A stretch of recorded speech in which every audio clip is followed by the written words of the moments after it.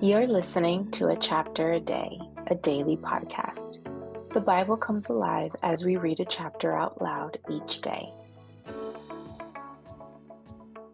Hi, everybody. It's time for a chapter a day. Today we are reading Leviticus chapter 14.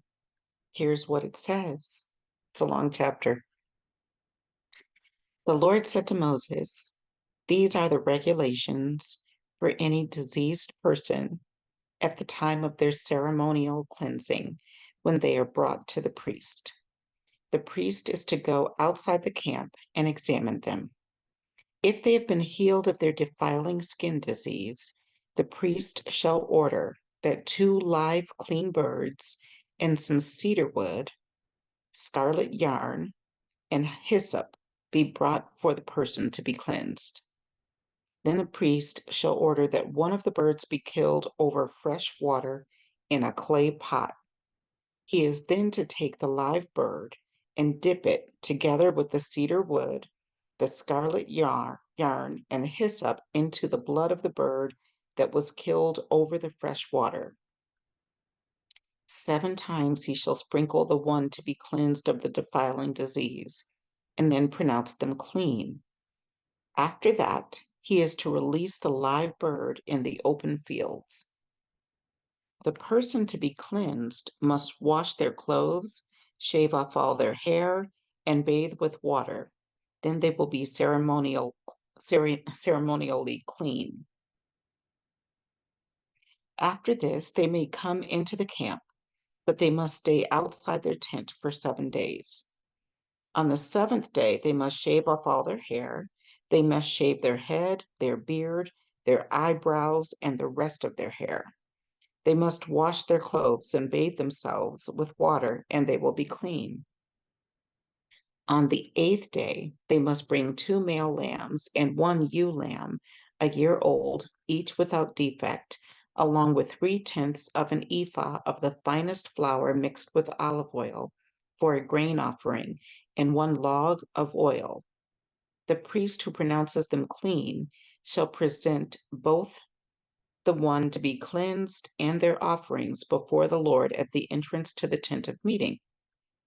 Then the priest is to take one of the male lambs and offer it as a guilt offering, along with the log of oil. He shall wave them before the Lord as a wave offering. He is to slaughter the lamb in the sanctuary area where the sin offering and the burnt offering are slaughtered. Like the sin offering, the guilt offering belongs to the priest. It is most holy. The priest is to take some of the blood of the guilt offering and put it on the lobe of the right ear of the one to be cleansed, on the thumb of their right hand, and on the big toe of their right foot. The priest shall then take some of the log of oil, pour it in the palm of his own left hand, dip his right forefinger into the oil in his palm, and with his finger sprinkle some of it before the Lord 7 times.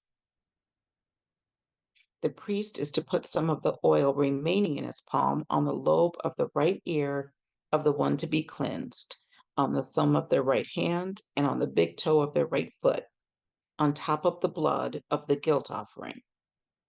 The rest of the oil in his palm the priest shall put on the head of the one to be cleansed and make atonement for them before the Lord.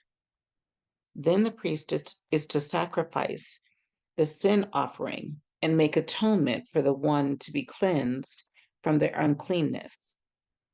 After that, the priest shall slaughter the burnt offering and offer it on the altar together with the grain offering and make atonement for them, and they will be clean. If, however, they are poor and cannot afford these, they must take 1 male lamb as a guilt offering to be waved to make atonement for them, together with 1/10 of an ephah of the finest flour mixed with olive oil for a grain offering, a log of oil, and 2 doves or 2 young pigeons, such as they can afford, one for a sin offering and the other for a burnt offering. On the 8th day, they must bring them for their cleansing to the priest at the entrance to the tent of meeting before the Lord. The priest is to take the lamb for the guilt offering together with the log of oil and wave them before the Lord as a wave offering. He shall slaughter the lamb for the guilt offering and take some of its blood and put it on the lobe of the right ear of the one who is to be cleansed,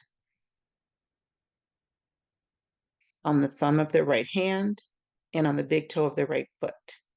The priest is to pour some of the oil into the palm of his own left hand, and with his right forefinger sprinkle some of the oil from his palm 7 times before the Lord. Some of the oil in his palm he is to put on the same places he put the blood of the guilt offering, on the lobe of the right ear of the one to be cleansed, on the thumb of their right hand, and on the big toe of their right foot. The rest of the oil in his palm the priest shall put on the head of the one to be cleansed, to make atonement for them before the Lord. Then he shall sacrifice the doves or the young pigeons, such as the person can afford, one as a sin offering and the other as a burnt offering, together with the grain offering. In this way, the priest will make atonement before the Lord on behalf of the one to be cleansed. These are the regulations for anyone who has a defiling skin disease and who cannot afford the regular offerings for their cleansing. The Lord said to Moses and Aaron, "When you enter the land of Canaan, which I am giving you as your possession, and I put a spreading mold in a house in that land, the owner of the house must go and tell the priest, 'I have seen something that looks like a defiling mold in my house.'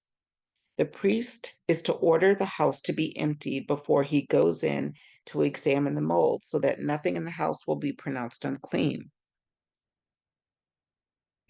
After this, the priest is to go in and inspect the house. He is to examine the mold on the walls, and if it has greenish or reddish depressions that appear to be deeper than the surface of the wall, the priest shall go out the doorway of the house and close it up for 7 days. On the 7th day, the priest shall return to inspect the house.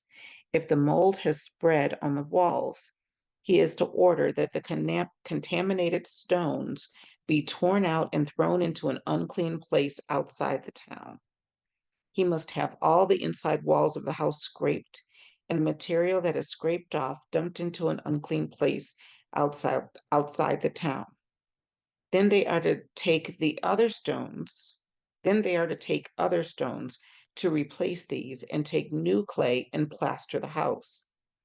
If the defiling mold reappears in the house after the stones have been torn out and the house scraped and plastered, the priest is to go and examine it, and if the mold is spread in the house, it is a persistent defiling mold, the house is unclean. It must be torn down, its stones, timbers, and all the plaster, and taken out of the town to an unclean place. Anyone who goes into the house while it is closed up will be unclean till evening. Anyone who sleeps or eats in the house must wash their clothes. But if the priest comes to examine it and the mold is not spread after the house has been plastered, he shall pronounce the house clean because the defiling mold is gone. To purify the house, he is to take 2 birds and some cedar wood, scarlet yarn, and hyssop. He shall kill one of the birds over fresh water in a clay pot. Then he is to take the cedar wood, the hyssop, the scarlet yarn, and the live bird, dip them into the blood of the dead bird in the fresh water, and sprinkle the house 7 times. He shall purify the house with the bird's blood, the fresh water, the live bird, the cedar wood, the hyssop, and the scarlet yarn. Then he is to release the live bird in the open fields outside the town. In this way, he will make atonement for the house, and it will be clean. These are the regulations for any defiling skin disease, for a sore, for defiling molds in fabric or in a house, and for a swelling, a rash, or a shiny spot to determine when something is clean or unclean. These are the regulations for defiling skin diseases and defiling molds.